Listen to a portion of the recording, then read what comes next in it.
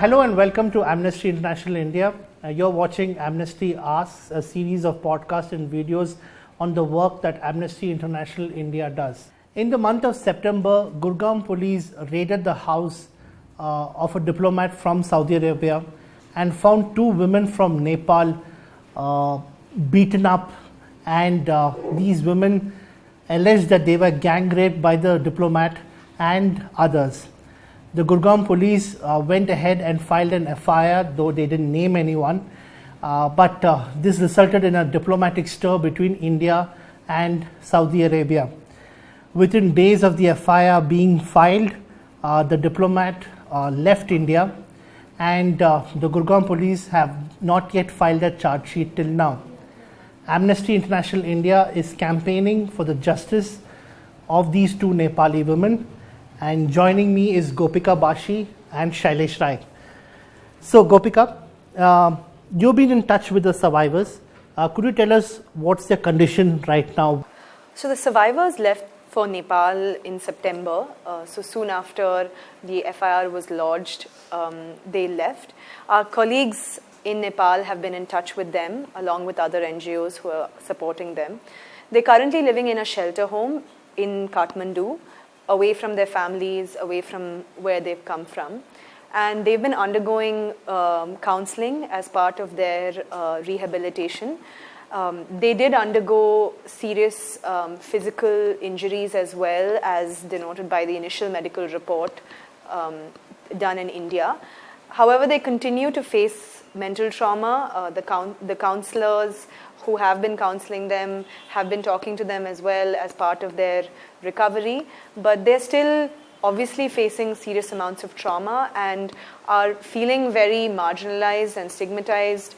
They say things like, people are, gossiping about us, and they're clearly concerned that where they're living right now is a sort of halfway house. They can't live in a shelter home forever. Shailesh, why is it so difficult to prosecute a diplomat? Diplomats are protected from criminal or civil prosecution by something called the Vienna Convention on Diplomatic Relations. This is essentially a treaty that most countries around the world have signed. And the idea behind that protection is that diplomats should be free to do their work without having to worry about intimidation or harassment from the country that they're working in. But what that the convention actually does also mention certain duties that diplomats are supposed to obey, which is they're not supposed to interfere in the internal affairs of a country. They're supposed to follow the laws of the country. But the convention grants what is essentially unlimited immunity for these diplomats when they do break those laws. And unfortunately, many countries and many diplomats from several countries around the world have managed to evade prosecution for some very serious crimes by invoking diplomatic immunity under this treaty. Well, Gopika, these two women from Nepal, they know that the main accused is a diplomat, and they probably might know now how difficult it is to get justice. So have they given up when you were speaking to them, or what was your sense of?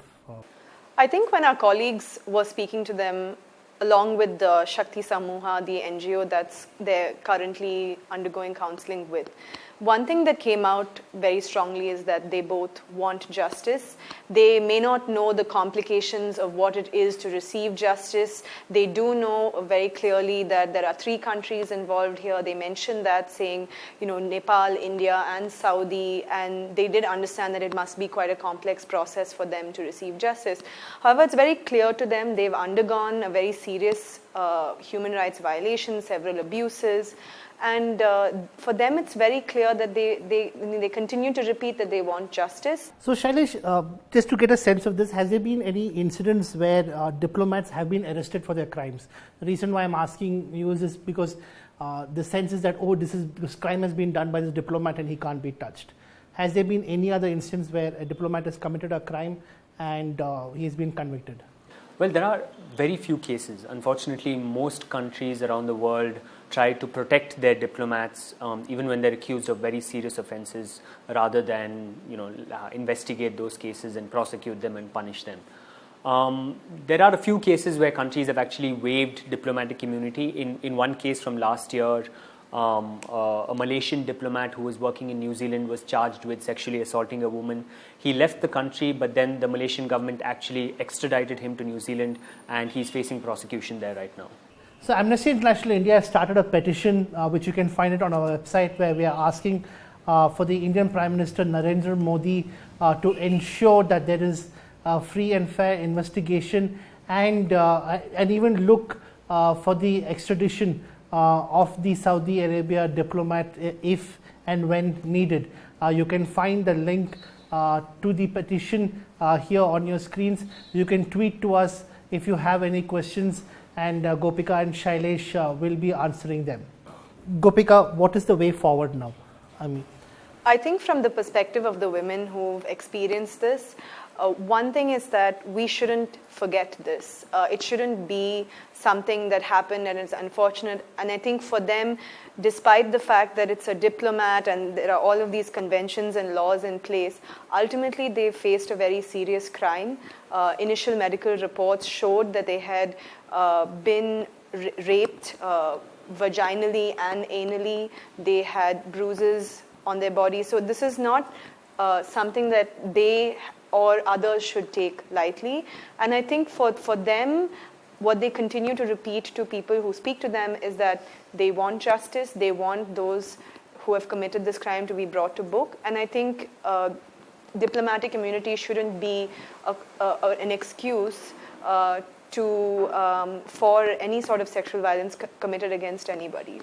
So there you see, it's a tough case, but there is this ray of hope that these two women will get justice. Do sign our petition, and let's hope that the pressure that we put on both the Indian government and the Saudi government, where in fact all the section officers across the world will be sending letters to the Indian embassy and the Saudi embassy around the world, in the hope that the more pressure we put, these two women will get the justice. Thanks for watching us, and have a good day.